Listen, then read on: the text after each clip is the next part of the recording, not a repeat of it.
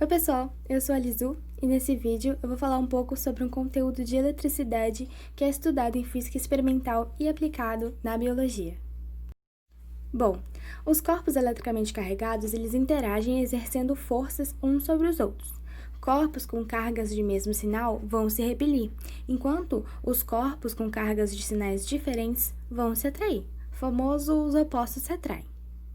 A condutividade elétrica é uma propriedade que caracteriza a facilidade que os materiais possuem para transportar essas cargas elétricas. Quanto maior o número de elétrons livres em um material, maior vai ser a capacidade dele de transportar eletricidade. Dessa forma, os materiais são classificados de acordo com a facilidade que ele tem de movimentar essas cargas elétricas. Começando pelos condutores. Esses que são materiais nos quais as cargas elétricas conseguem se mover com maior facilidade, como por exemplo os metais, o corpo humano e até mesmo a água aí da torneira da sua casa. Por outro lado, temos os não condutores, que também são conhecidos como isolantes. Eles são materiais nos quais as cargas elas não podem se mover, como por exemplo o plástico, a borracha, a madeira e também a água destilada. Os semicondutores são materiais com características intermediárias entre condutores e isolantes.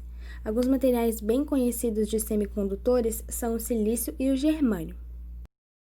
Os supercondutores são condutores perfeitos, nos quais as cargas conseguem se movimentar sem encontrar nenhuma resistência. E uma coisa que é importante lembrar é que a carga elétrica ela é conservada. E o que isso quer dizer? Se um corpo perde carga, esse valor obrigatoriamente vai para outro corpo. Você sabia que os termos positivo e negativo para os dois tipos de carga, eles foram escolhidos de forma arbitrária por Benjamin Franklin? A corrente elétrica é o movimento líquido de cargas por um condutor elétrico. Já um circuito elétrico é um arranjo de dispositivos elétricos ligados por fios condutores a uma fonte de energia elétrica. A corrente elétrica que passa por esse circuito é um movimento dirigido das cargas elétricas provocadas pela diferença de potencial que está sendo aplicada pelo dispositivo de força eletromotriz que está aí alimentando esse circuito de energia. Assim, para que essas cargas elétricas fluam muito bem num circuito, não pode haver nenhuma interrupção no caminho.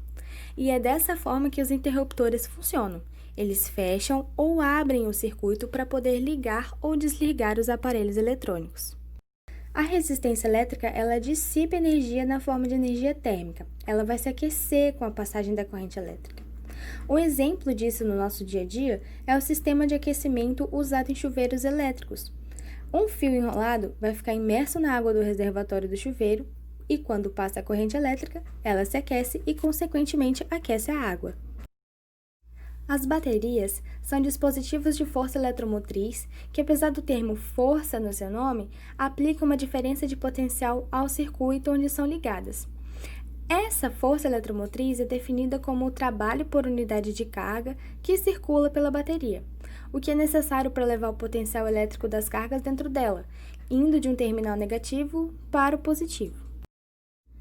A aplicação da força eletromotriz ao circuito mantém então uma diferença de potencial elétrico entre os terminais positivo e negativo da bateria, dirigindo então a corrente elétrica pelo circuito no sentido do terminal positivo para o negativo.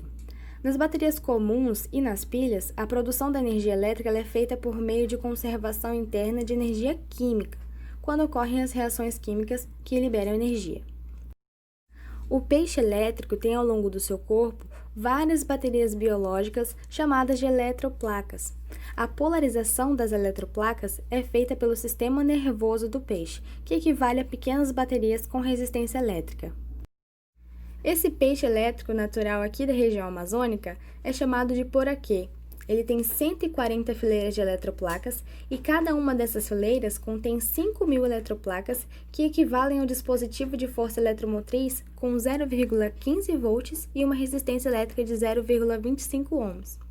O sistema todo de eletroplacas desse peixe elétrico equivale a uma grande bateria de 750 volts de força eletromotriz e uma pequena resistência elétrica de 9 ohms. Um outro ser vivo ou outro peixe, por exemplo, se movimentando ali nas proximidades do poraquê, pode acabar sendo eletrocutado. Esse recurso ele serve tanto para apanhar as presas do poraquê, quanto para se defender dos seus predadores. O poraquê atua com uma bateria de alta voltagem, que está ligada à resistência elétrica do corpo do outro peixe. No caso da aproximação de uma pessoa, por exemplo, cuja resistência elétrica é em torno de 1000 ohms, se o peixe elétrico e o corpo da pessoa formarem um circuito com a voltagem máxima, a corrente elétrica que vai passar pelo corpo da pessoa pode chegar até os 750 mA. A descarga elétrica do poraquê é rápida e ocorre num pulso de duração de alguns milissegundos. As características do pulso elétrico, como voltagem, tempo de duração e a sequência da quantidade dos pulsos elétricos, vão depender aí do tipo de peixe. Bom, espero que vocês tenham gostado do vídeo e até a próxima!